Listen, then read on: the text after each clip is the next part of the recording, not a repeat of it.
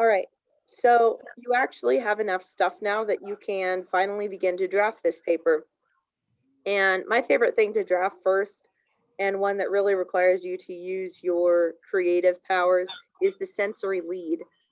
That is your beginning paragraph, your introduction. It's going to set your scene for the readers. It's going to give descriptive detail. And what I'm going to do is I'm going to show you several different ways to lead into a personal profile, kind of from my past journalism experience. So these are journalistic, like, feature story leads. So one thing you can do, it's not like my very favorite one, but it works well and it does do a good job, and that's a quotation based lead.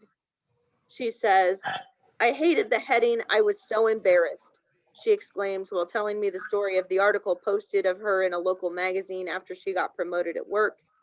It said, "Barbara joins the males," like I had morphed into a man.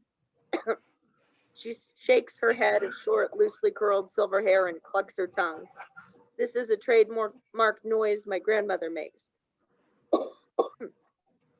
As a child, I used to tell her that it got on my nerves. She would always reply, "Sometimes when we love someone, we find things about them that are not pleasant to us, but we love them anyway, don't we?" Sounds like my grandma. She always used to say, "Hate is a hateful word, honey." She would never allow us to say that we hated anything. So you could take a quote from the story and then use it as your lead. This is not necessarily related to your controlling theme per se.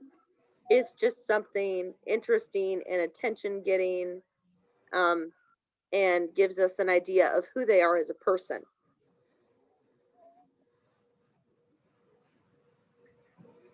The second type of sensory lead is setting based, where we are given an idea of where we're at, right?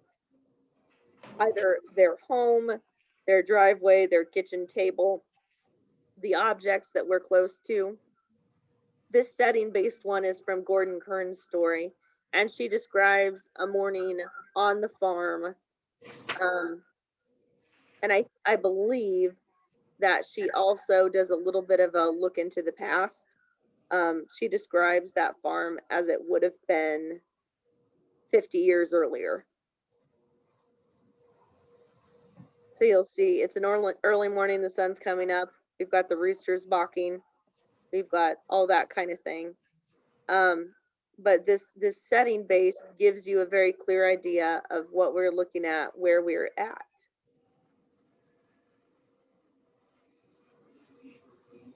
One of my favorite ones, if I could find it, was when Ms. Hausler was in my class.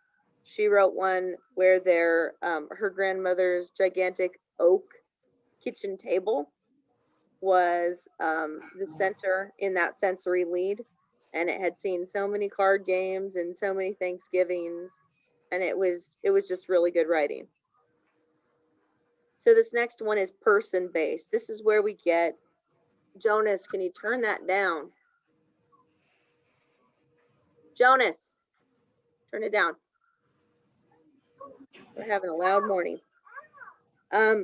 So it's a description of Carrie Biddle, right?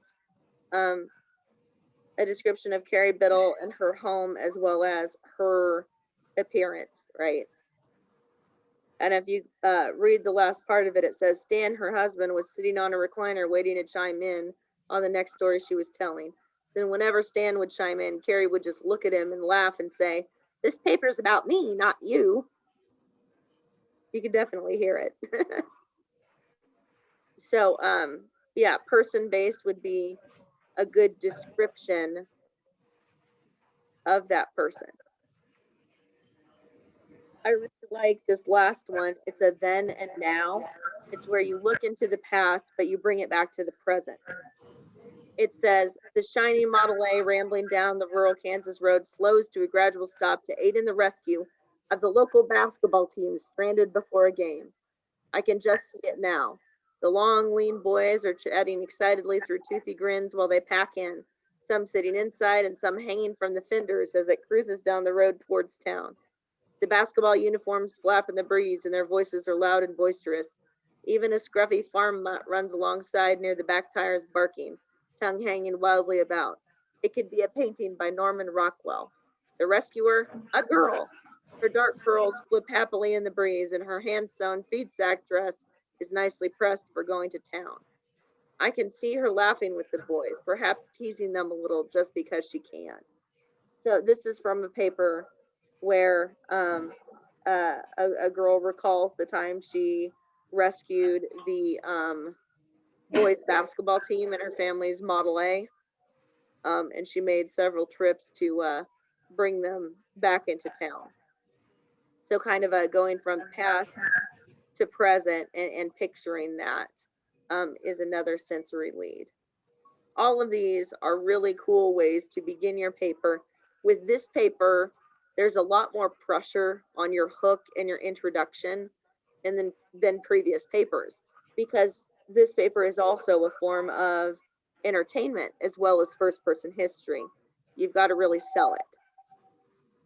So, are there any questions on the sensory leads, how long they are, what they are to be like or look like?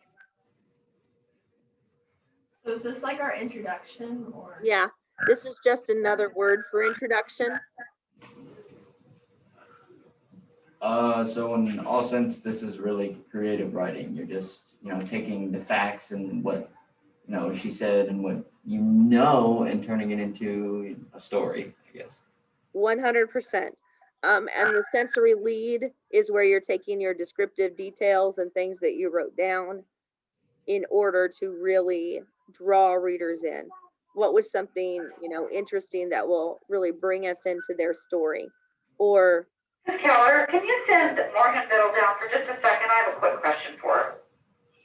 She is not here. She's not here. Okay, thank you.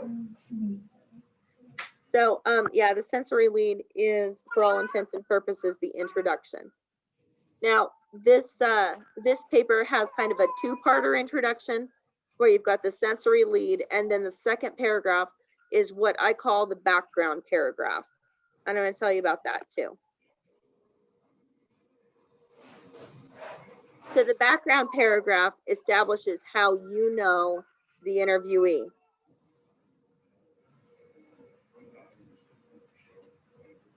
So here are two examples. 65 years later, Gordon is still getting up to do the morning chores, but now with the help of his partner, known as my grandpa, and Gordon's best friend, Jerry Eck. I've known Gordon all of my life and he hasn't changed a bit. He's always wearing his bibs and boots. You can also expect Gordon to crack a good joke here and there. I've always known Gordon to be the best friend of my grandpa, two older farmers who love to have a good time. After interviewing with Gordon, I found out lots of new information. So this background paragraph tells us how we know this person, right? You got to say their first and last name, which in this case, she said his first and last name earlier, but she also mentioned her grandpa. And she talks about how she's known him, how long she's known him, and what makes her familiar with him, right? If this is someone you haven't met before, you've got to talk about sort of project, right, and that process. So with this one for Carrie Biddle, it says, I have known Carrie Biddle ever since her grandson Braden and I went to school together in grade school. I didn't know her very well, but I knew of her. And when Braden and I would hang out when we were little, she would sometimes be there. However, in junior high was when I finally got to know her. She was my mathematics teacher for both my 7th and 8th grade years. Even back then, she loved to get off topic and start telling us stories about her younger days. We would be in the middle of her teaching us something, and she would just stop and laugh and then tell us a story. She's fun to be around, and her stories are the best. So you can see that this person is not related to their interviewee, which is why I love this example, but she was their math teacher and, friend's grandma, right? So we get a very clear idea from these two background paragraphs how you as the interviewer know your interviewee.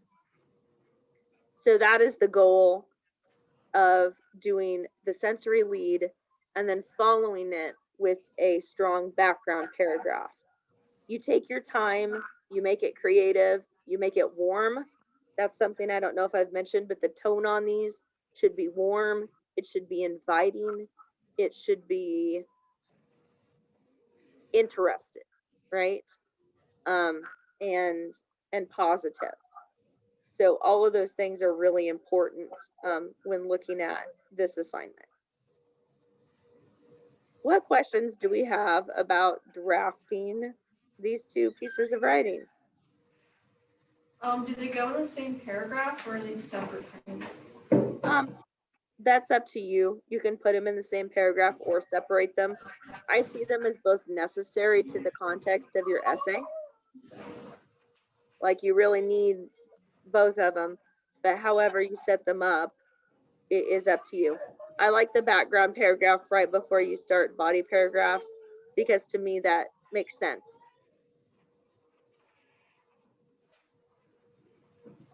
The baby is very loudly complaining today. She has feelings about this. All right. I'm gonna